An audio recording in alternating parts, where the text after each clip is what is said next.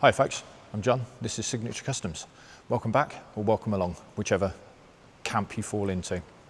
Hopefully you watched last week's video with the 912 or 9126.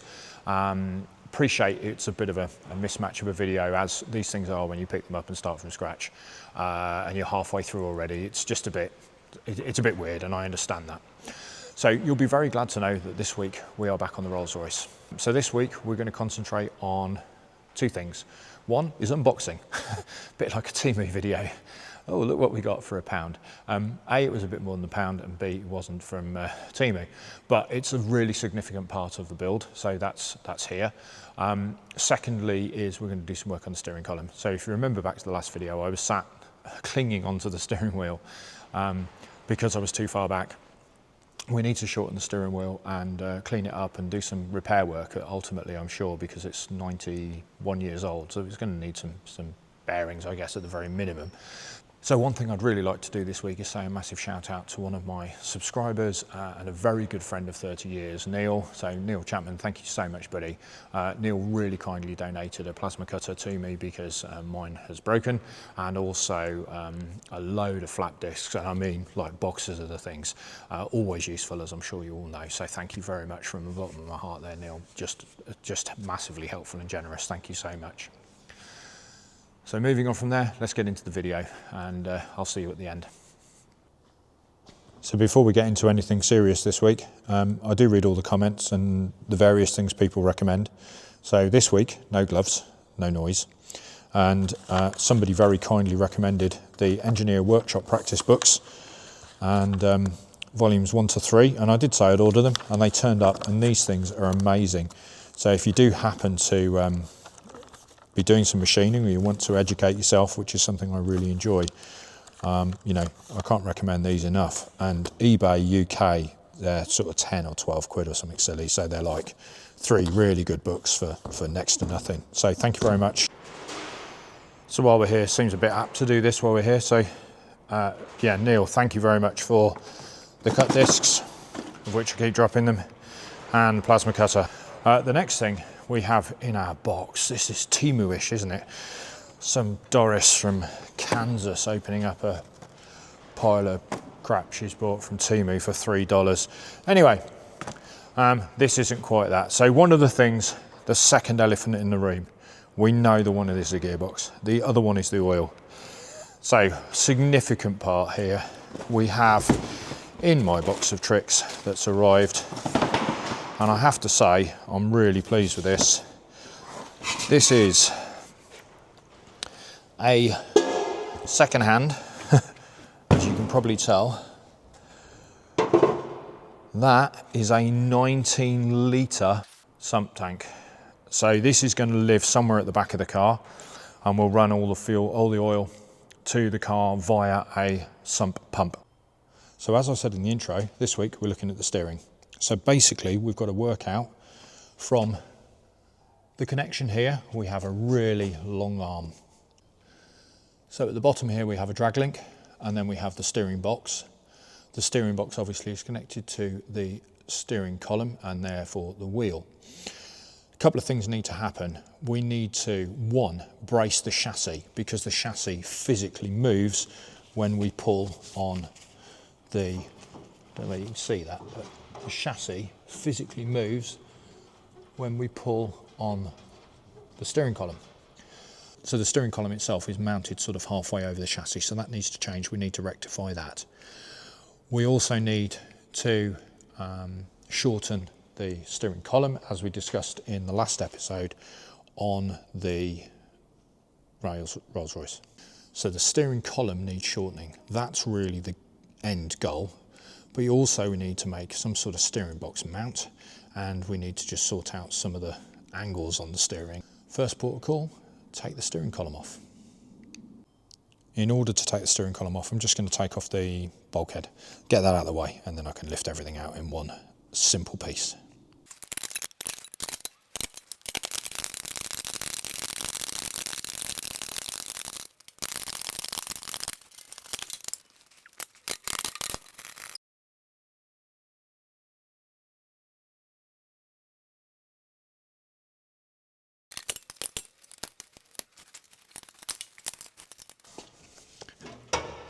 Well, that didn't get quite as I expected. On the bench I have what I'm going to call my little bits for this. So, steering column in its entirety, pedals which have to be mounted somewhere, somehow, and thanks to my lovely friend Ant, a cross member for a 2025, which is one I'm missing, and I'm going to put it back in the original place, I think, but I'm also going to use it for a little bit of design work. So the aim of this video is to strip down the steering box, shorten the steering column, and potentially make a mount for that as well. We'll get as far as we can. First things first, just get the steering wheel off. That will make life a little bit easier. So the first bit's dead easy. Whether it's going to come off after the off the splines are like that, I really don't know. Before I get all the pullers out. That's obviously been off before. You see the tapered splines, which make it somewhat easier to get off. I have no real idea of how this is all going to come apart, so what I'm going to do is undo the 4 bolts at the top to start with and see if there's any chance that the central outer column comes out.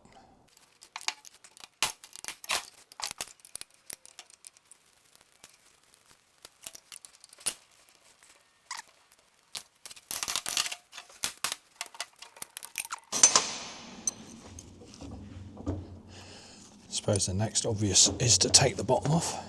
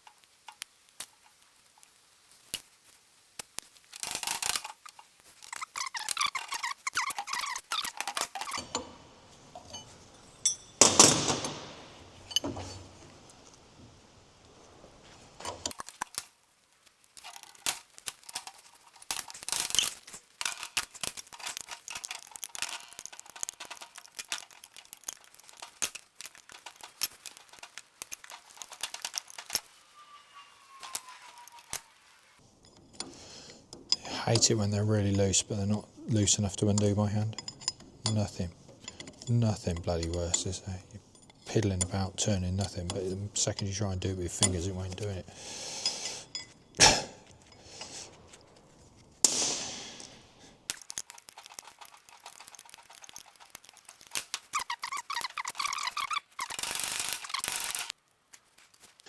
Inside there, ladies and gentlemen, we have needle roller bearings. So,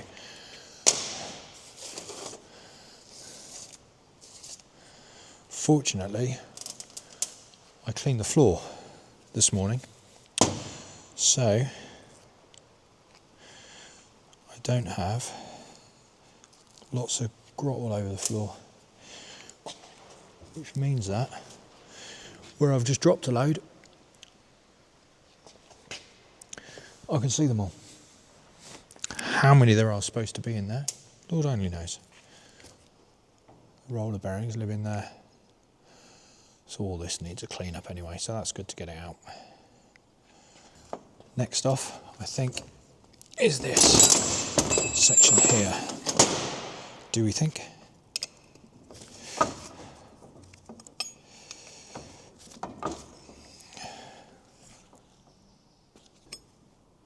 Which is held on, it looked like 3 bolts, 3 nuts even.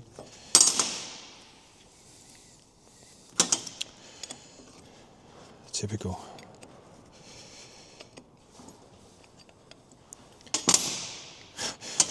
Exactly what I was just saying.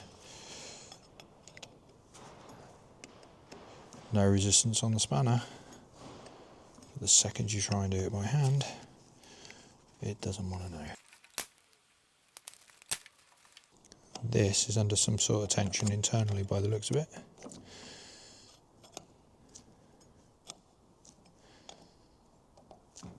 Got a feeling this might spring out in a minute.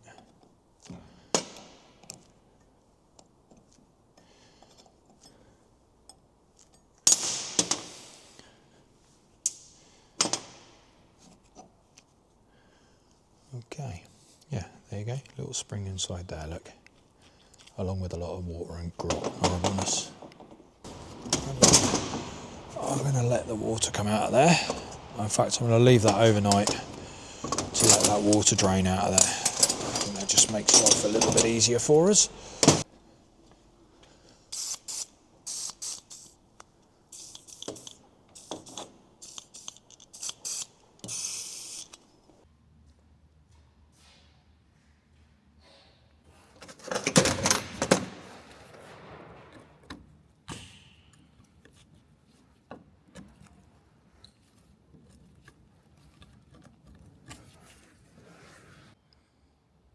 All the bolts are out and it should now just come apart like that. Wasn't expecting it to come apart quite that easily. Still full of water. Worm drive looks pretty good. So I think that's just a bit of a clean up and a rebuild. So we've got to take about 8 inches out of this. So I'm going to take a little pin out of here.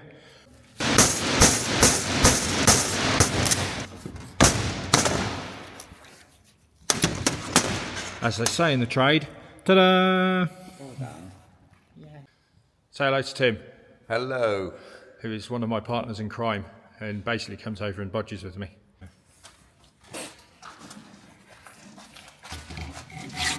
Whoops.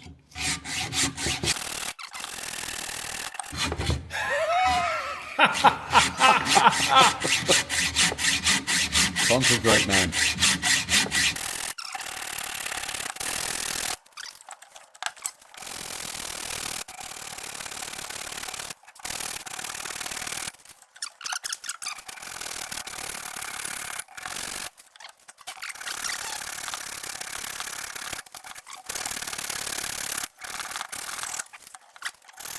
Okay, people. Jesus Christ. Nice and square. It is, isn't it? Not.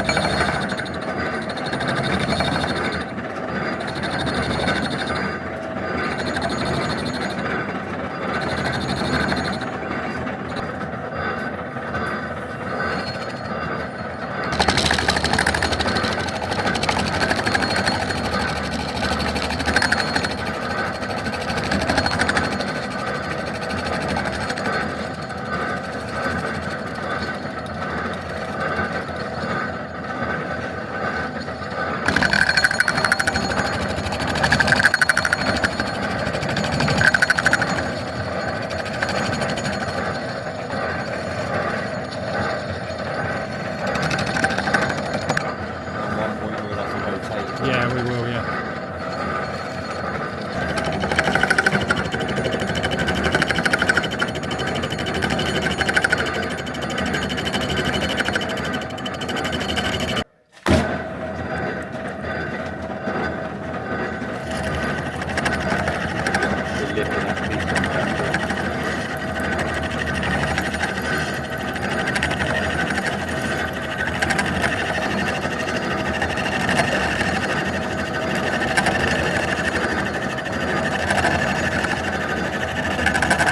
Let it go, don't worry about it. As they said in Frozen.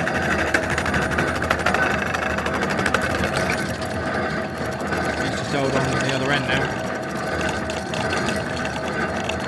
He's just held on at the inner, I think. What I've done is taken that, just seen it on the milling machine, the old 100-year-old Denby, which is always a winner. So where we are, recap, we've taken 6 inches out roughly. We've cleaned out the sleeve from inside here, and the plan now is to knock the sleeve down inside there, bevel this, and when we're sure of the measurements is to weld it up. The next task is to shorten the steering column. I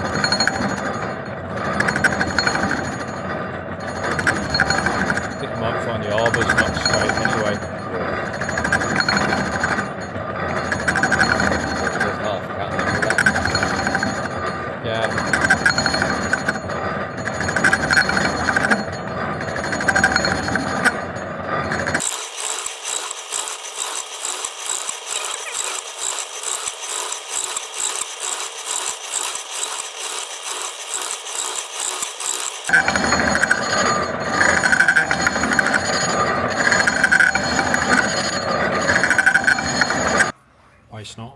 whatnot and all that sort of stuff. So this is one of the shafts out of one of those, it's actually out of the marine gearbox. So I'm just turning this down because the other end is the perfect size to go inside the steering column. All I'm doing here is literally turning down this end to the same width as here, because this is exact fit inside that inner tube. So if I can get a full length of this, I can put it inside. I don't need the tube going down the middle anymore, because originally I believe that would have been for advance and retard, and I haven't checked this, but I refuse to believe that pilots had to adjust advance and retard from the cockpit when they were flying. I find that a bit crazy. I've finished turning one end down, and as you can see, we've got a nice fit over there that can take it home. So I'm going to do the whole length of this because I want as much of a sleeve in there as I can get, just to give it some strength. So I'll turn it around and do the other side. So I've turned that down along the full length, and I'm now just getting that interference fit that I want.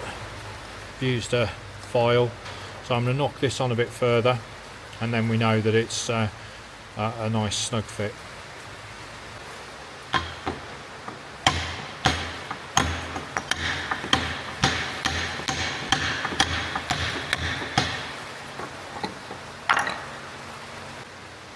Right, I've knocked this in, so this shaft is now into this, and what you can see is that it's basically there, and what you'll see is that that is down to this collet here. So we've got a good 2 or 3 inches of that buried in there. This section then just pushes into the old steering shaft, which has got rid of 6 inches. What I'm going to do now is start to clean everything up and mock everything up, so that we can see that actually 6 inches is enough. I don't need to do anything with the outer to be able to mock that up, because I can put the steering wheel on the end here. I've tapped that down, so we now have this down to here, and we have this to about here, so this is a nice solid bar. I will put a drill hole straight the way through the middle just for 1 wire, which will be for 2 wires, which will be for my horn, which I might well use on this. I've got a really nice town and country horn to go on here. I think we'll try and see whether it fits around the tube. I think while we're in here, I'm just going to clean all this up.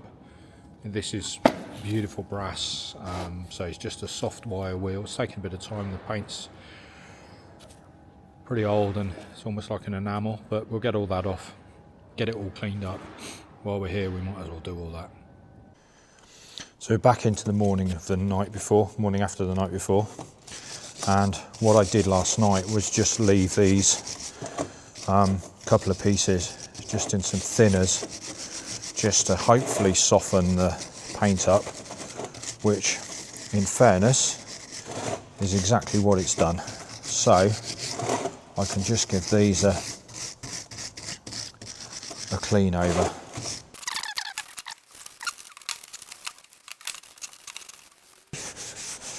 That has come up really quite nice. This is where we took the pin out, which was holding the central sheath. There's a central sheath that goes down the inside, which I've removed from this section. I'm hoping to use that to line everything up, and this is just the original badging, which obviously I'd really like to keep. The other bit that I did overnight was the other half of the steering box itself.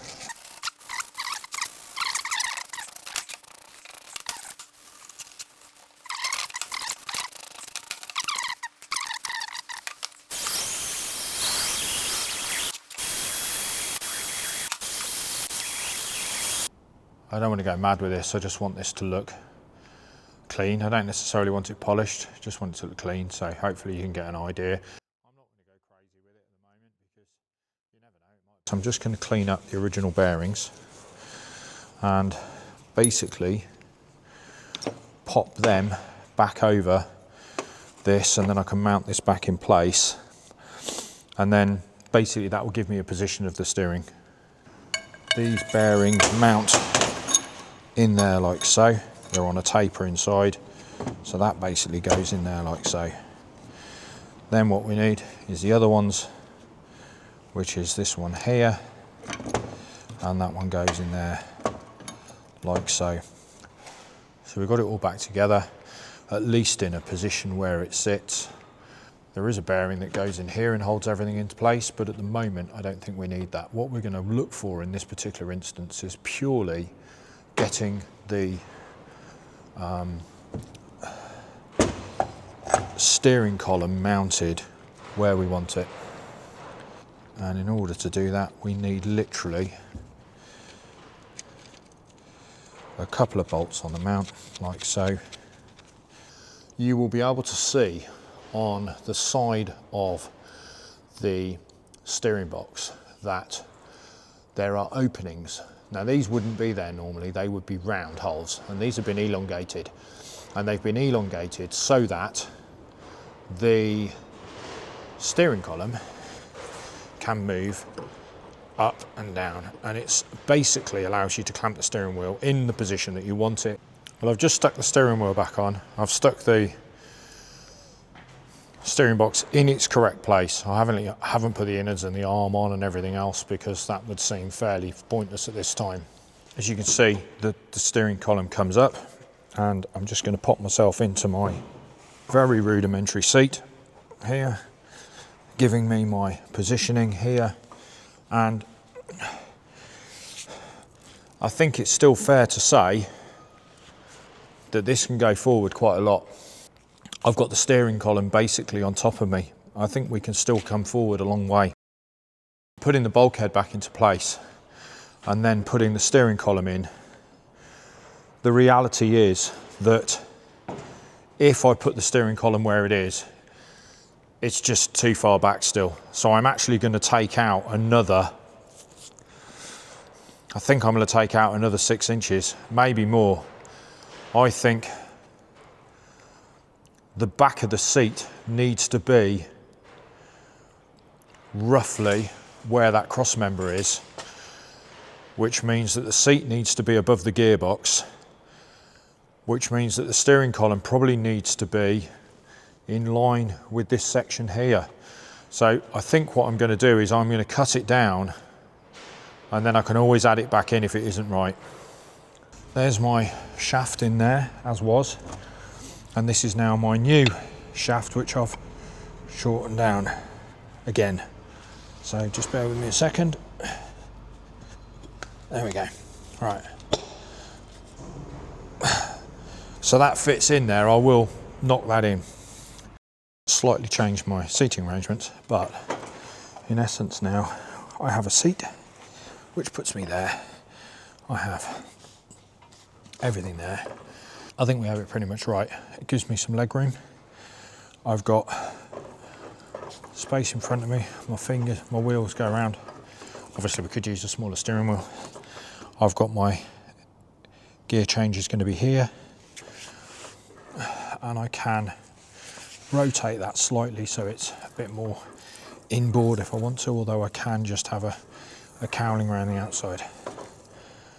I'm happy with that in terms of its position at this moment in time. I do have some adjustment which I can play with, but now I'm happy with that. I'm going to concentrate on trying to rebuild the steering box itself. I'm happy with the length of the steering column, I'm happy with the position of the steering column. I've just got to finesse this bit now, so pleased with that. In other news, we've got the sump tank, and finding something that is 19 litres was really quite a joy, because it's big enough for this monster, I think. It might even be too big, but you can never have too much oil. As long as there's not too much in the engine, that's fine. I mentioned I've got a sump pump, so I picked this up as well. So I've got a sump pump, which I'm going to have to make work in one way, shape or form. How I get that to run off something, I'm really not too sure, but we've got a sump pump. So that's another part of the jigsaw puzzle. I also have that cross member, so that can come in as well.